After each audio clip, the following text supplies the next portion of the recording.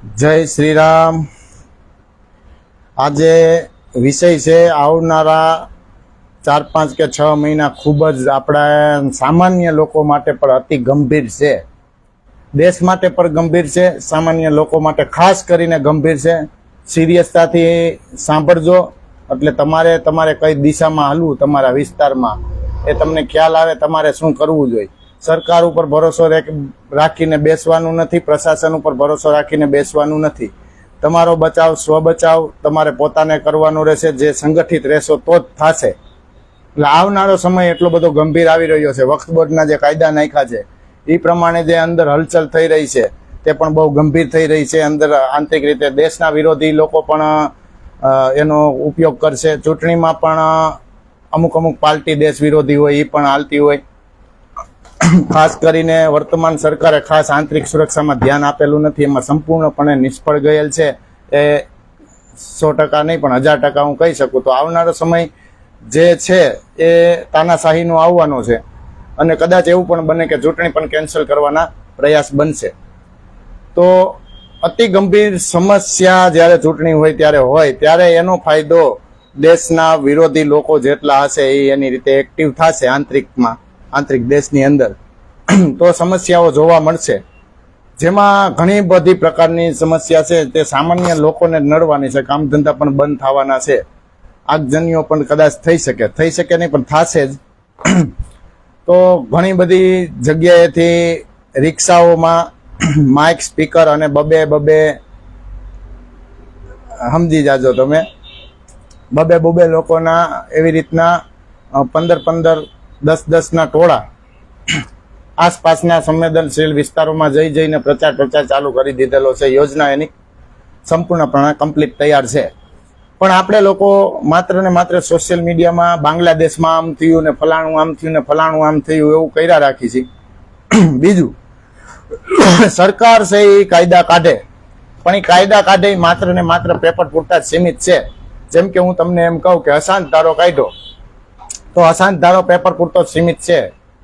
તો હું રાજકોટમાં અત્યારે હાલમાં રહું છું, બાકી બધે એવું થાય છે એ હું તમને ચોખ્ખું કહું, પણ રાજકોટમાં હાલમાં રહું છું તો રાજકોટની અંદર પણ અશાંત ધારાના કાયદાને કાઢ્યો ત્યારે એ અશાંત ધારાના કાયદાના ધજાગરા ઉડાડીને કેટલાય મકાન હિન્દુ ધર્મના હિન્દુ લોકોના મકાન વેચી નાખી અને વિધર્મીઓને વેચીને ચાલી ગયા છે અને સહી થઈ ગઈ છે ને ઓલરેડી રહેવા માંડ્યા છે અને ઘણા મકાન આવા વિસ્તારોમાં વેચવા મજબૂર થઈ ગયા છે અને સેલ કરીને ભાગે છે। ઘણી દુકાનો છે એ મારા રિસર્ચ પ્રમાણે બધી બંધ થઈ ગઈ છે, ઘણી દુકાનો બંધ થઈ ગઈ છે, ઘણા ઘર મૂકીને વયા ગયા છે ને એમને ખંડેર પડ્યું છે।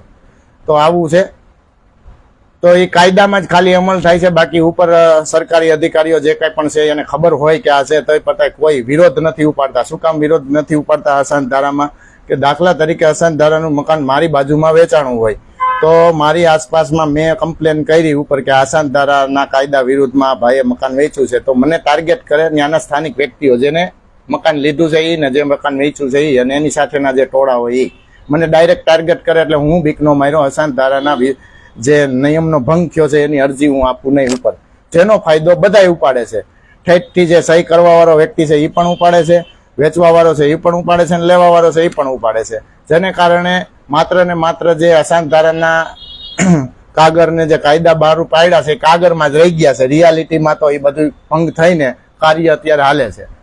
બીજી વસ્તુ કે સીએએ લાવવાની લાલચ આપીને આજે 15 વર્ષ કાઢી નાખ્યા છે સરકારે આ, કેમ કે આ ભારત દેશ છે તો એમાં સીએ લઈ આવવા અને બાંગ્લાદેશીઓને કાઢવા કોઈ ગુનો નથી। જેમ કે અમેરિકાએ આપણા ભારત દેશના લોકોને ઘા કાઢ્યા, એના દેશની સુરક્ષા માટે કોઈ પણ લેવલ માટે રહી જવું જરૂરી છે, એવી જ રીતના આપણે બાંગ્લાદેશીઓને કાઢવા માટે કોઈ પણ લેવલ સુધી આપણે નાગરિકોને જવું જરૂરી છે।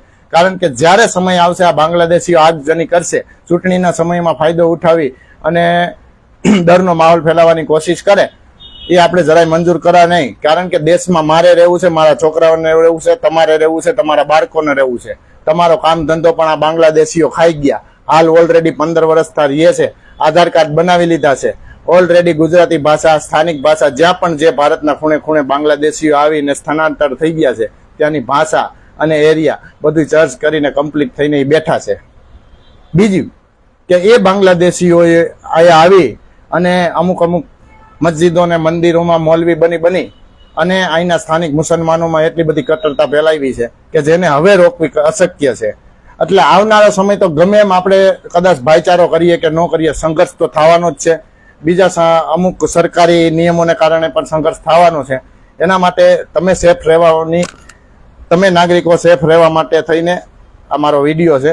તો તમારી જે સોસાયટીઓ છે, તમારા જે વિસ્તારો છે, એ વિસ્તારોમાં તમારે ભલે અંદરો અંદર આંતરિક ગમે એટલે લડાઈ ઝઘડો હોય, એને ભૂલીને આ સમય એવો બધો અઘરો છે કે એને ભૂલીને તમારે સ્થાનિક સંગઠન લોકલ બનાવવા જોશે. ઘણા એવા સંગઠનો છે જે માત્ર ને માત્ર નામ પોતાના વટાવી રહ્યા છે. જમીન ઉપર જે કાર્ય કરવાના છે, જે સોલ્યુશન લઈને કામ કરવાના છે, એ કરી શકતા નથી. માત્ર ને માત્ર સોશિયલ મીડિયામાં રેલીને ફોટાને પાડવામાં સક્ષમ છે. અને બાકી એની કોઈ જમીન ઉપર કામ કરવા અને જાગૃત કરવાની કોઈ એનામાં ક્ષમતા નથી.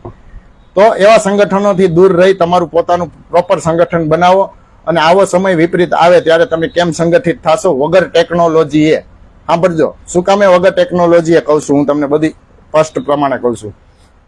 તો જ્યારે પણ આગજની થાય છે, તમે જોયું મણિપુરમાં થાય કે ક્યાંય પણ બંગાળમાં થાય કે ક્યાંય પણ મોટા પાયે કરફી થાય, એટલે સરકારનું વહેલું કામ એક જ હોય કે ઇન્ટરનેટ બંધ કરી દે, ઇલેક્ટ્રોનિક ડિજિટલ ઉપકરણો બધા બંધ કરી દે, એના જે માધ્યમ છે આપણે સંપર્ક કરવાના એ બંધ કરી દે. તો ત્યારે આપણે કોઈ આપણી પાસે એવી તાકાત નથી કે જ્યાં આપણે એક જગ્યાએ ભેગા થઈને આપણી પાસે કોઈ યોજના હોય. એ લોકો પાસે યોજના છે, ઓલરેડી અત્યારે ચાલુ છે. ગામડે જઈને સંવેદનશીલ વિસ્તારોમાં જઈને માઇક ને સ્પીકર લઈને એનું ભાષણ અને એનું જે કંઈ પણ એનો નિયમ છે એના આધારે કામ કરવાનું ચાલુ થઈ ગયું છે. ફૂલ એક્શન આપવાની, એક્શનનું ખાલી એક બટન દબાવવાની તૈયારીમાં છે. સીધું ટ્રીગ થાય એટલે બૂમ થાય. તો એ બૂમ થાય એ સમયની અંદર તમે તમારો બચાવ સંગઠન સિવાય કરી શકશો નહીં. તો માટે તમારે ભારત દેશને ને તમારે સુરક્ષિત રહેવા માટે થઈને તમારું પોતાનું સોસાયટી વાઇઝ સંગઠન સ્ટાર્ટ કરો. વગર ટેકનોલોજીએ કોમ્યુનિકેશન કરીને એકત્રિત થઈ શકો તેવું કોઈ બીજા વિષયોમાં ધ્યાન દેવાની જરૂર નથી. વક્ત બોર્ડનો કાયદો ચોપડામાં રહી જશે, બધું ચોપડામાં રહી જશે. આટલા બધા બાંગ્લાદેશીઓ અહીંયા ઘૂસી ગયા છે, એને પેલા કાઢવા જરૂરી હોય. પણ આજે સરકાર આપણને દિવસે ને દિવસે રમાડે છે, સીએ કાઢે. સીએ કાઢ્યા પછી પણ હું તમને લીગલ વસ્તુ સમજાવું. જ્યારે સોની બજારમાં આજથી 2-2.5 વર્ષ પહેલા આતંકવાદી પકડાણા, ત્યારે ઘણા એવા બાંગ્લાદેશી ને ઘણા બધા નીકળ્યા. એટલે સરકારે આપણને રમાડવા માટે શું કર્યું કે આધાર કાર્ડ ચેક કર્યા, બેંક એકાઉન્ટ ચેક કર્યા, એની એપ્લિકેશન આપણે દીધી હતી, આપણે આવેદન પણ દીધું હતું. એ બતાવીશ. તો મારું કહેવાનું એટલું છે કે એનો રસ્તો સરકારે આપણને માઇન્ડ વોશ કરવા માટે કેવો અપનાવ્યો કે બેંક આધાર કાર્ડ ને બધું ફૂલ જોરશોરથી સર્ચ કરવાનું શીખવાડ્યું. ગાડીના નંબર પ્લેટ થી માંડીને કાગળિયા કેના છે, ભાડે રહેતા હોય તો ભાડા એગ્રીમેન્ટ ને એવું બધું કરવાનું છાપામાં જાહેર કર્યું. પોલીસ કમિશનરે એને બધાએ જાહેર કર્યું. પણ હકીકત એ છે કે કોઈ આતંકવાદીઓ અહીંયા આવ્યા હોય તો એને આધાર કાર્ડ કરી લે, ભાડા કરાર કરી લે, એના એનું રહેણાંક બતાવી લે, તો એ કોઈ દિવસ એના જે કાર્ય હોય બંધ કરે. એ જે વસ્તુ હોય તો આતંકવાદી હોય તો આતંકવાદી જ રહે. આ તો બધાને ખાતરી હોવી જોઈએ. મતલબ આમ કરીને એ સક્ષમ નહોતી એટલે એ લોકોને બાંગ્લાદેશીઓને કોઈને કાઢ્યા નહીં અને અહીંયા રહેવા દીધા. એમાં સ્થાનિક લોકોએ ઘણી મદદ કરી છે. અને એમાંય કરપ્શન હાલતું હોય. કોર્ટની અંદર જે વકીલો આ એગ્રીમેન્ટ કરી દેતા હોય એમાં પણ ઘણું કરપ્શન હાલતું હોય. તો કાગળિયામાં ઘાયલમેલ કરીને આડા અવરું કરીને અહીંનો સ્થાનિક સપોર્ટ લઈ અને ખોટા કાગળિયા પણ બનાવી દેવામાં આવ્યા અને ભાડા કરાર બનાવી દેવામાં આવ્યા હતા. એટલે ક્યાંક ને ક્યાંક તો આપણને બહુ મોટી નુકસાની છે. તો આ બધું ધ્યાનમાં રાખી તમારે કાર્ય કરવાનું છે. આપણો ભારત દેશ છે એ આર્થિક વ્યવસ્થામાં ખૂબ નીચે ડાઉન જવાનો છે આવનાર સમયમાં. એટલે જે પણ સામાન્ય નાગરિકો છે આપણે બધા આમાં પીલાવાના છે. આની આટીમાં બહુ મગજમાં રાખવું જોઈએ. કોઈ અર્થશાસ્ત્રી આ વસ્તુ નહીં કે મારું પોતાનું રિસર્ચ છે. તો આવનારા સમયમાં કામ ધંધા પણ બંધ થવાના છે. આવનારા સમયમાં જે પણ લોકો બિહાર યુપી થી અહીંયા આવેલા છે, કામ ધંધા કરે છે, ભાગવાના છે, અહીંથી પલાયન કરવાના છે. એવો સમય આવી રહ્યો છે. મતલબ આ જે વર્ષ છે એ માત્ર ને માત્ર સંઘર્ષનું છે. તો આ સંઘર્ષમાં જો હું આ વિડીયો નહીં બનાવું તો કોઈ ગાઈડલાઈન દેવા વાળું નથી, અસલ દિશા ઉપર કોઈ વાત કરવા વાળું નથી, સ્થાનિક ભાષામાં વાત કરવા વાળું નથી. એટલે મને એમ થયું કે મારે કેવું જોઈએ, પછી મારી ઉપર જે થવું હોય તે થાય. પણ હકીકત છે એ મેં તમને દર્શાવી છે. તમારે આની પર સિરિયસતાથી વાત કરવી પડશે, વિચારવું પડશે ને તમારે એક્શનમાં આવવું પડશે.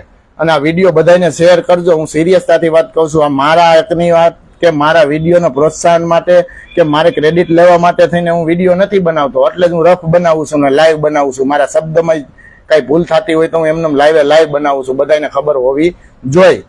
મને કોઈ પ્રોત્સાહન નથી, પણ મને એમ થાય કે સુરક્ષિત થવા માટે થઈને તમારે પોતાને પગલાં ઉઠાવવાના છે સ્થાનિક. આટલું યાદ રાખજો.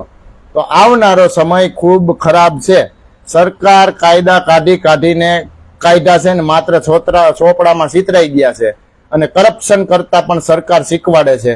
આજે સિરિયસતાથી આપણે વિચારવું પડશે કે પેલા ભણતરના નામે ઘણું બધું ભણતરો અપાવવાની વાત કરી. આજે લાખો કરોડો છોકરા છોકરીઓ ભણીને ડિગ્રીઓ લઈને બિઝનેસ માટે, ધંધા માટે, નોકરી માટે રખડી રહ્યા છે આવા ગરમીના તડકાના. અને જ્યારે નથી નોકરી મળતી, એટલું લેવા છતાં નોકરી નથી મળતી, આંદોલન કરે છે તો ત્યાં મીડિયાને પણ નથી આવવા દેતા અને મારામારી કરીને એ લોકોને ગાયબ કરી દેવામાં આવે છે. એ ઘરે વહી જાય છે, નારાજ થઈ જાય છે, કેમ કે આપણામાં એકતા નથી, એ જનતામાં એકતા નથી. સરકારને ખબર છે અને દુશ્મનોને, દેશના દુશ્મનોને ખબર છે. એટલે દેશની સુરક્ષા માત્ર જનતાની એકતા નથી એટલા માટે જ અટકી છે. જનતાની સુરક્ષા જનતા પોતે કરી શકે સંગઠન બનાવીને. તો માત્ર ને માત્ર સંગઠન જનતા જલ્દી બનાવે અને તમારી જે પણ કાર્ય યોજનાઓ છે તમારા રક્ષા માટેની, તમારા ફૂલ ફલવા માટેની, દેશને આગળ, તમે તમારા ગામને આગળ લ્યો એટલે દેશ આપોઆપ આગળ આવે. આટલું સમજવું પડશે. દેશનો નાગરિક આગળ આવે તો દેશ આગળ આવે. બરાબર. દેશનો નાગરિક, હરેક નાગરિક, આજની આજ સરકારે જૂઠું ભણાવવામાં આવ્યું છે. તમે જોઈ શકો કે દેશનો નાગરિક ઓછામાં ઓછા 15 લાખના કર્જામાં અને એથી વધુમાં વધુ 25 લાખના કર્જામાં. બેંકોએ પણ માયાજાળ બચાવી દીધી છે બધા લોકો માટે. ભવિષ્યમાં જે લોકો ખેડૂત લોકો છે એની જમીન પણ ગાયબ કરવાના પ્રયાસ ચાલવાના છે. તાનાશાહી પૂરેપૂરી આવી રહી છે. આ સમજવું પડશે. એટલે કોઈ પણ વ્યક્તિ છે એ કર્જા વગરનો નથી, આ સમજવું પડશે. તો એ કરજો છે તો તમે જોઈ લેજો કે બેંકો હોય કે કોઈ પણ હોય તો આવી આગજની થશે, જે કંઈ પણ થશે, મારામારી થશે, જે કંઈ પણ થશે ત્યારે કોઈ બેંકો એના હપ્તા બંધ કરવાની નથી. તો તમારી પાસે કામ ધંધો નહીં હોય, હપ્તા નહીં ભરો, પછી કોર્ટ કચેરી થશે. મારી પણ અત્યારે હાલે છે. પછી કોર્ટ કચેરી થશે. હું લોકડાઉનના વાતમાં આટીમાં આવી ગયો હતો, પણ હવે હું એનાથી બીતો નથી. મેં ઘર બાર છોડી દીધા છે. મારે જે દેશ રાષ્ટ્ર માટે કામ કરવાનું છે, જે બેંકોની માયાજાળ છે એને પણ આપણે નાબૂદ કરવાની છે. તો તમે સમજો તો જ કરી શકો. લાલચ હોય એ નહીં કરી શકે. લાલચ વાળાનું કામ નથી આમાં. તો આવનારા સમયમાં એ જે કંઈ પણ હપ્તા ને હશે એનું સંઘર્ષ થાય. મોંઘવારી વધશે. મોંઘવારી દિવસે ને દિવસે વધવાની છે. ધ્યાન રાખજો. હવે મોંઘવારી વધશે. મોંઘવારી વધે એનો અર્થ એવો થાય કે આપણો દેશ છે એ ક્યાંક ને ક્યાંક અર્થતંત્રમાં તૂટી ગયો છે અને ખાડામાં જઈ રહ્યો છે. આ સમજવું પડશે. અને એ જે ખાડો થાય છે એમાં આપણે સામાન્ય નાગરિકો જ પીલાય છીએ. આપણે 5 લાખની 10 લાખની લોન હોય તો એ માફ નહીં કરે. પણ જ્યારે અદાણી અને રિલાયન્સની એની કરોડો અબજોની હતી એને લાખોના રૂપિયા ચૂકવી અને માફ કરી દેવામાં આવી. એટલે એની માફ થશે, તમારી નહીં થાય. અને તમે જ હેરાન થશો. તમારા બાળકો ઉપર તમે કરજો કરીને ન જાઓ. આપણા જે બાળકો છે એના માટે સુરક્ષિત દેશ રાખીને, સુરક્ષિત યોજના બનાવીને સુરક્ષિત સરકાર ઊભી કરવાનો પ્રયાસ આપણે કરવો પડશે. કોઈ સરકાર દૂધે ધોયેલી નથી, એટલું હું તમને કહી દઉં.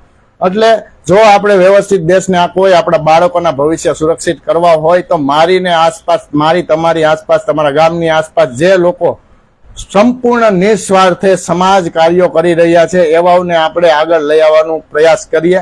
એવાઓને આપણે સરકારમાં ટિકિટ દેવડાવવાનો પ્રયાસ કરીએ. એવા લોકોને લઈ આવ્યા પછી એને પણ કહી દઈએ કે તમે કોઈ પણ એવા રાજનૈતિક ઉપરી દબાણ આવે તો એને આટીમાં ના આવતા. તમે અમે સપોર્ટ કરશું આપણે નાગરિકો, તો જ એ વ્યક્તિ સારા કાર્ય કરી શકશે. એ સમજવું પડશે. તો નિસ્વાર્થ કાર્ય કરવા માટે પણ એને જનતાનો સાથ જોઈ, નકર ઉપરની જે આ કંપનીઓ છે એ બધાને દબાવી દઈ છે. આજે સારા કાર્ય કરનાર વ્યક્તિઓ ઉપર છાંટા ઉડાડે છે અને જે પણ લુખ્ખા તત્વો છે, આવારા તત્વો છે, દારૂડિયા છે,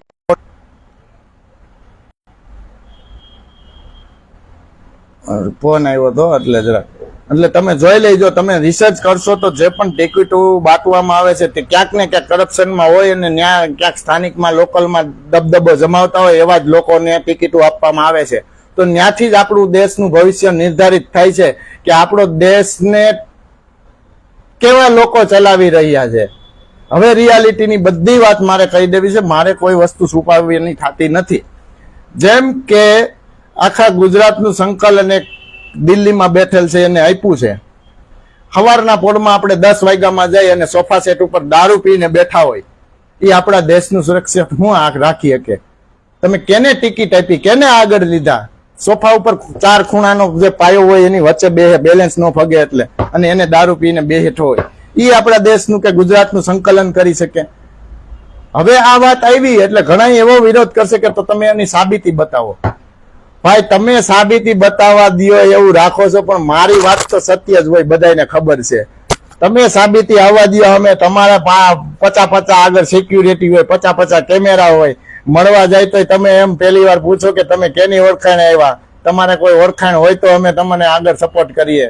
તો ઘણા બિચારા કાર્યકર્તાઓ એવું વિચારતા કે દેશ રાષ્ટ્ર અને સમાજ માટે કાર્ય કરી છે, તો આપણે આવા મોટા લોકોને મળીએ તો આપણને એને વાત કરશું કે આપણે ગૌરક્ષા કરીએ છીએ કે સમાજ સેવા કરીએ છીએ કે નબળા વ્યક્તિઓનું કાંઈ એવું હોય તો ત્યાં અમે મદદ કરીએ છીએ. તો આવું સાંભળી અને આ મોટા મોટા પાડા વ્યક્તિઓ છે એ આપણને સપોર્ટ કરશે.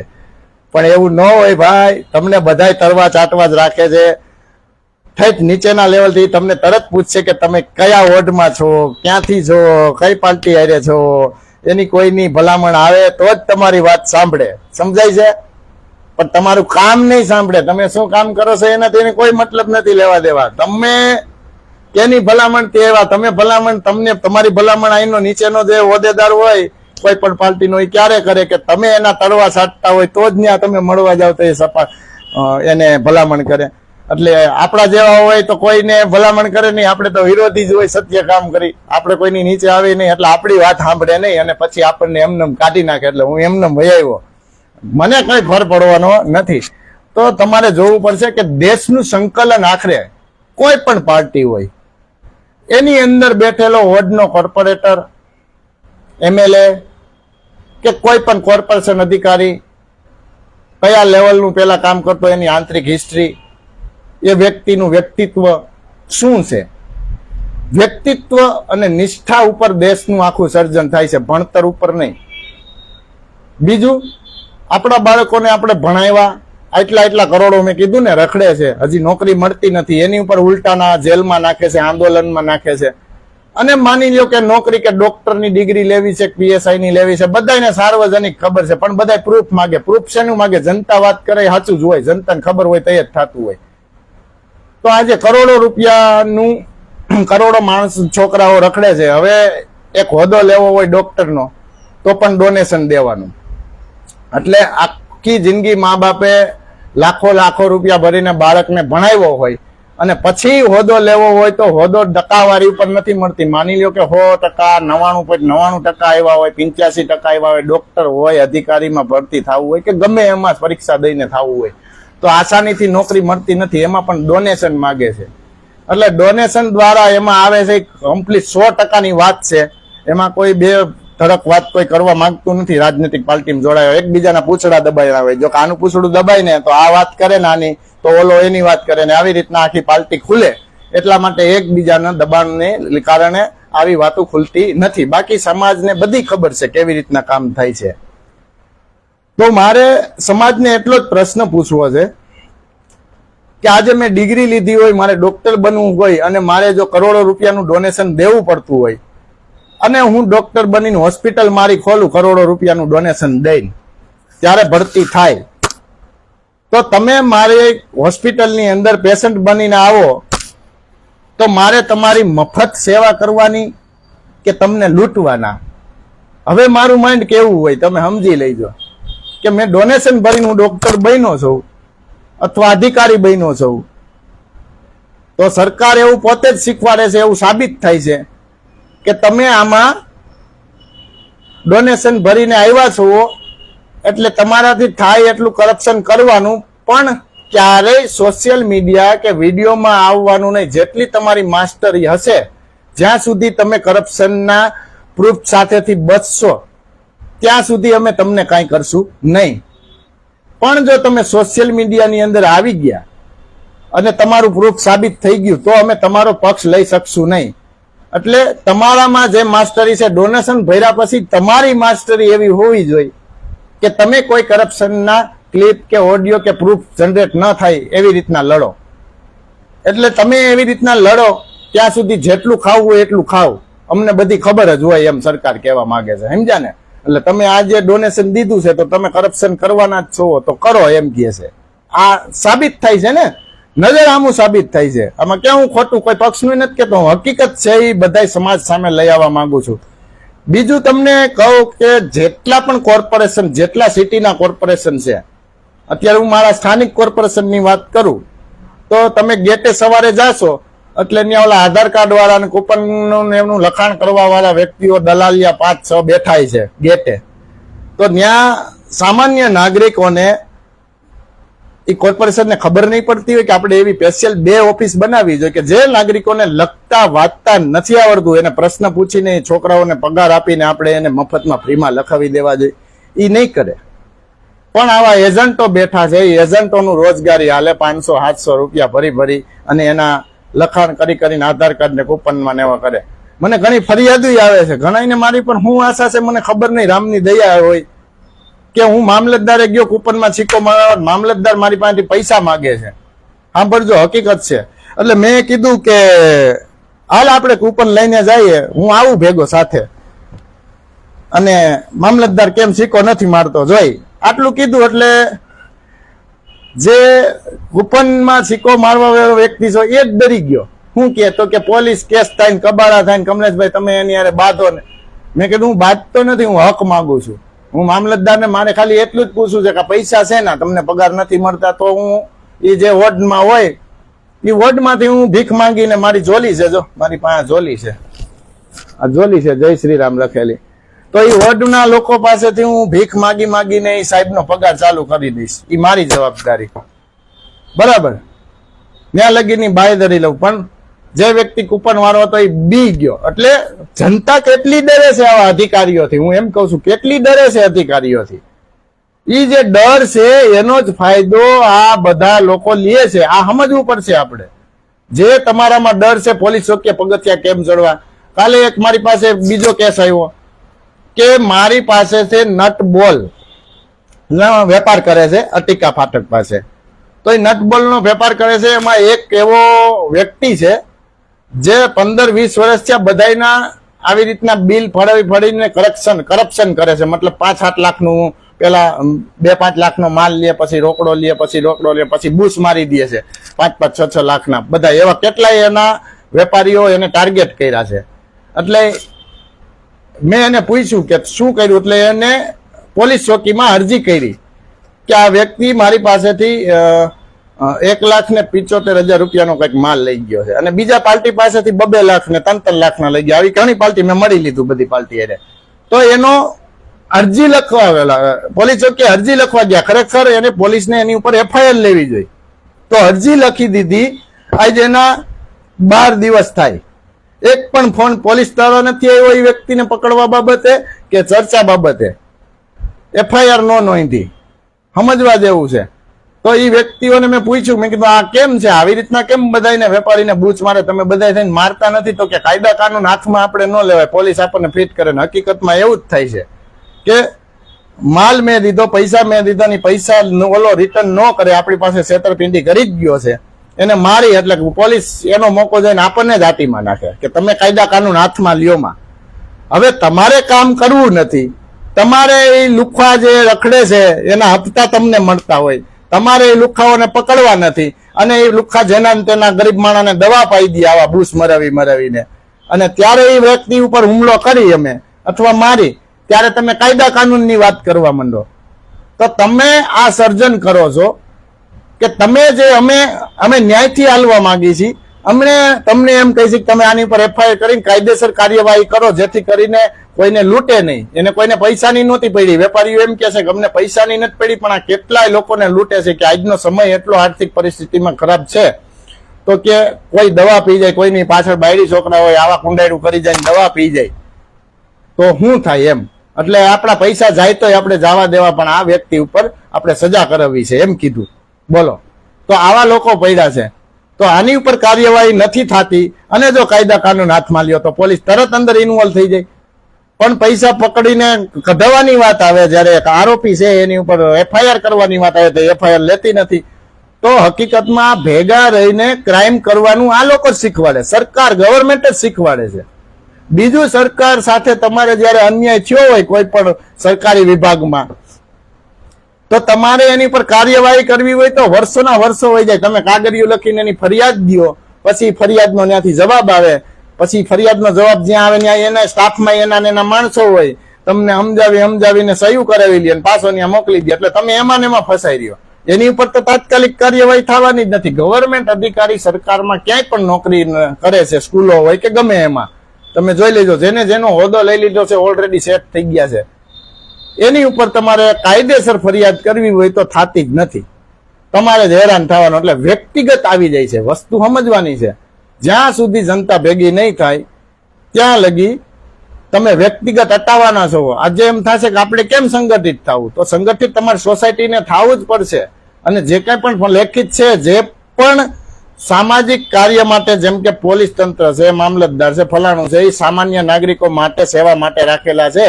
એનું કાર્ય વ્યક્તિગત માની લ્યો કે તમારું નથી થતું ને, તો પણ એ વ્યક્તિગત વિષય છે ને, એ તમારે સોસાયટી વાળાને સંગઠન દ્વારા લેટર હેડમાં લખીને દેવો પડશે. શું કામે કે વ્યક્તિગત નથી. મારી હારે અન્યાય થયો તો એનો અર્થ એવો છે કે બીજા સાથે અન્યાય થતો જ હોય. એનો અર્થ એ કે આખા સમાજ સાથે તમે લોકો હોદ્દા લઈને અન્યાય કરો છો.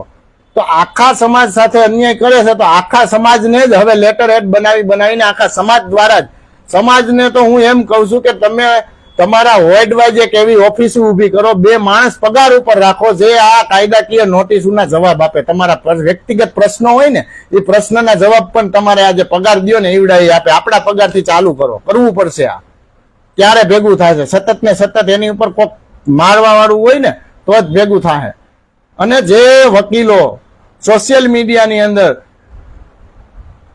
માણસો આત્મહત્યા ન કરે એના માટે જે આર્થિક પરિસ્થિતિ અત્યારે ઘડાઈ ગઈ છે, અને જે હમણાં આવનારી સમયમાં બગાડ થવાનો છે, જે બેંકો પણ આની ઉપર માર કરવાની છે આપણા સામાન્ય નાગરિકો ઉપર, એના અભિયાન લઈને કેટલાય વકીલો સોશિયલ મીડિયાની અંદર કોઈ માણસ સામાન્ય માણસ આત્મહત્યા ન કરે એટલા માટે થઈને લાઈવ વિડીયો કરે છે બિચારા. એ એક મોટામાં મોટી દેશભક્તિ છે. તો એની સાથે જોડો, કાયદા કાનૂન એના સમજો, તમે એની સાથે જોડાઓ અને થોડી ઘણી ફીસ દો અને એને પણ આગળ લઈ આવો. આ લોકો તમારા દેશને ને તમારા બાળકોના ભવિષ્યને આગળ લઈને જવાના છે. બિન કરપ્ટેડ લોકો જ સમજી લેજો. આખી સિસ્ટમ કલર ભૂસ થઈ ગઈ છે. હજી તમારી આંખું ન ખુલતી હોય, તમારું ભવિષ્ય તમને ન દેખાતું હોય, તો તમારા જેટલો પ્રાણી પણ સારું કહેવાય. નાગરિકોને કહું છું, તમારા કરતા પ્રાણીઓ પણ સારા કહેવાય. એને ધરતી કપાવવાનો હોય ને તોય ખબર પડી જાય છે. પ્રાણીઓ એની અક્કલ મંડે લગાવવા અને ખબર પડી જાય, ભાગવા માંડે એવા વિસ્તારોમાંથી. પણ તમને તમારા બાળકોના ભવિષ્ય 7 પેઢીનું ખવાઈ ગયું છે. તમારા બાળકોને પેદા કર્યા છે ને 7 પેઢી લગી ભરવાનું થાય. આ પાડા ખાઈ ગયા બધું. એ 7 પેઢી લગી તમારે ભરવાનું થાય. એની હબું ધ્યાન દઈને તમારું જે જીવન છે અત્યારે હાલમાં, એ સિસ્ટમ સુધારવામાં લગાડો અને તમારા બાળકોના ભવિષ્ય બનાવીને જાઓ. અને નકર હવેની જે પ્રજા લગ્ન કરે એને હું ફર્સ્ટ કહું છું કે છોકરા પેદા કરવાનું બંધ કરજો. હિન્દુ હોય કે મુસલમાન હોય, મુસલમાન એનું કામ કરે છે, હિન્દુ એનું કામ કરે છે, બરોબર. એટલે બધી જાતની ભેગી થઈ છે માયાજાળ. હું કોઈ પણ લેવલે સમજાવું તો સમજાય એમ નથી, કેમ કે ભગવાને પણ એટલી બધી સમસ્યાઓ પૃથ્વી ઉપર મૂકી દીધી એક સાથે. હજી કુદરતી સમસ્યાઓ પણ મૂકી દીધી છે. કુદરતી સમસ્યા, માનવ સર્જિત સમસ્યા, હિન્દુ મુસલમાનની સમસ્યા, આ બધી સમસ્યા, પછી સિસ્ટમ કરપ્શનની સમસ્યા. હમણાં જનતા છે એ પોલીસ અને જનતા સામે સંઘર્ષના સમય આવી ગયો છે. હવે પોલીસ અને જનતા સામે લડશે. પોલીસ 2 બાજુથી હલવાવાની છે. ઉપરથી પ્રેશર આવશે કે તમે જનતાને કંટ્રોલ કરો, જનતાને અનલીગલી રીતે કંટ્રોલ કરે, એટલે જનતાનો ઈગો સટકશે. એટલે એ શું કરશે? પોલીસ ઘેરાવો કરશે. હવે પોલીસ હલવાણી વચારે ક્યાં જવું એમ. ત્યારે અમુક પોલીસ અધિકારીઓ એમ પણ કહેશે કે અમારે આ નોકરી નથી કરવી, નીકળી જવું છે, આ કરવું નથી. આ સમય આવે તો જ કમલેશભાઈને માનજો ને તો જ કહેજો કે કલ્કી ભગવાનનો યુગ અહીંથી સ્ટાર્ટ થઈ ગયો છે. દેખાશે અગ્નિના પ્રભાવ સૌથી જાજા જોવા મળશે સમાજમાં. અગ્નિના પ્રભાવ, બધી વસ્તુ ઉગ્ર જ હશે. કાયદા હોય, નિયમ હોય, વિરોધ હોય, બધી ઉગ્ર જ હશે વસ્તુ. આ સમય છે કલયુગ અને સતયુગના યુદ્ધનો. એટલે આમાં જેટલો બદલાવ થાય એટલો તમારું શરીર છે ત્યાં સુધીમાં બદલાવ કરી લેજો નિસ્વાર્થે. કોઈનો સ્વાર્થ, અંગત સ્વાર્થ પણ ન રાખતા. અંગત સ્વાર્થ ક્યારેક સમાજ માટે બહુ મોટો ખતરો બની જાય છે. મારો પોતાનો અંગત સ્વાર્થ આખા સમાજ માટે ખતરો બની જાય છે અને સમાજ માટે જે ખતરો બને એ દેશ માટે ખતરો બને, આટલું યાદ રાખજો. જય શ્રી રામ.